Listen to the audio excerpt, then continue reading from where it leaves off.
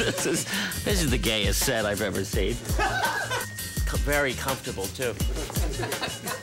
Have you seen my Philip Alford pillows? See, I thought we were doing this very dignified. I was talking head, you know, dark, and then I'm on a set of pillows. Pillows. Like Barbara Eden. That's Mary Badham as Scout. It's Robert Duvall as Boo Radley. And Mary Badham, once again. There's a lot of Mary Badham in these pillows. She must have had a good agent, because she's on most of the pillows. There's the great Gregory Peck. Gregory Peck was an icon of American film. It's one of those times when an actor and a role comes together and something truly special happens. I remember when my daddy gave me that gun. He told me that I could shoot all of the blue jays I wanted, if I could hit them. But to remember, it was a sin to kill a mockingbird. This is my copy of the book, and see my real name written in a childlike scrawl, Joseph Lane.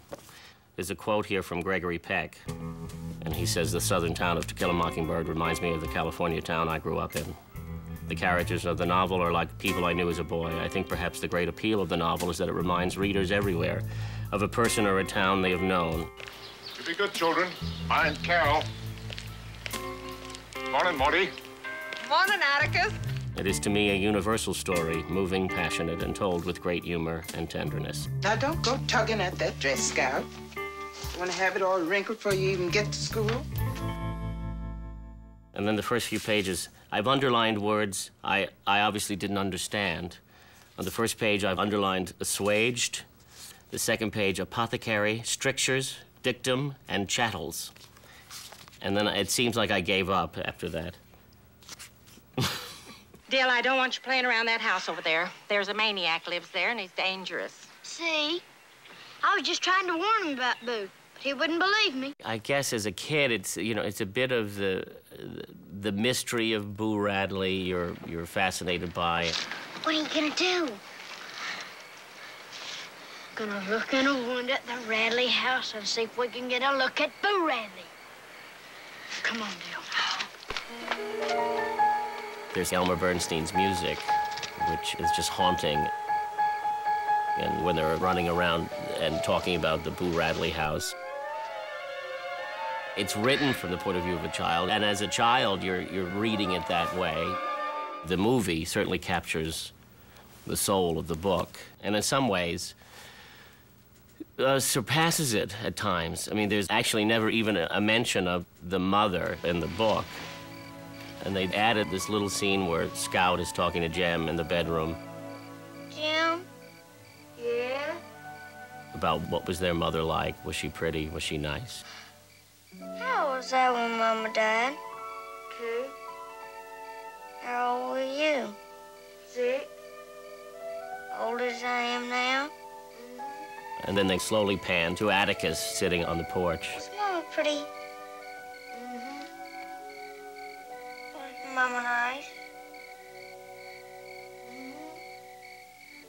My father died when I was 11, and he was an alcoholic, and he was not someone I really spent a lot of time with. He had his own demons, and he was not there. He was not present for me. I'm sure at the time, because my own family life was chaotic, that I was drawn to the story of this very strong father. It's so intimate, and that scene between Mary Badham and Gregory Peck, there's something that it's that kind of magical thing when she's so natural. She yawns, and she's slightly flirtatious with him. She's asking him about, you know, well, what will I get? What are you gonna give me? And he says there's a, you know, that voice, no pearl necklace. There's a pearl necklace. There's a ring that belonged to your mother.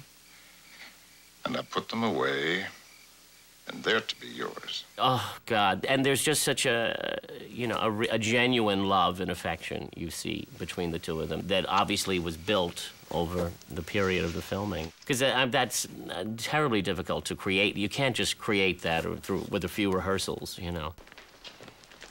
There were so many sort of unforgettable moments in that movie. I can't see Atticus. Well, that changes things. Atticus! Hey, Atticus. Jim, go home and take Scout and Dill home with you. There's a movie within the movie, which is this entire courtroom drama that is incredibly compelling.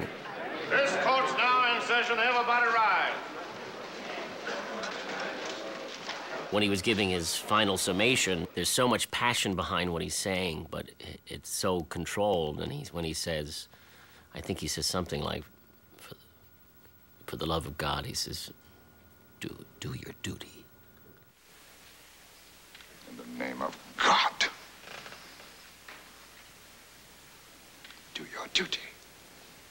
Do your duty. He says it so quietly. It's incredibly emotional, and the best moment, really, is when the minister says he says, Miss Jean Louise, stand up. Miss Jean Louise? Miss Jean Louise, stand up.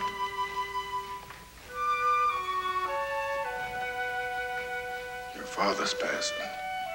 You know what this movie is like?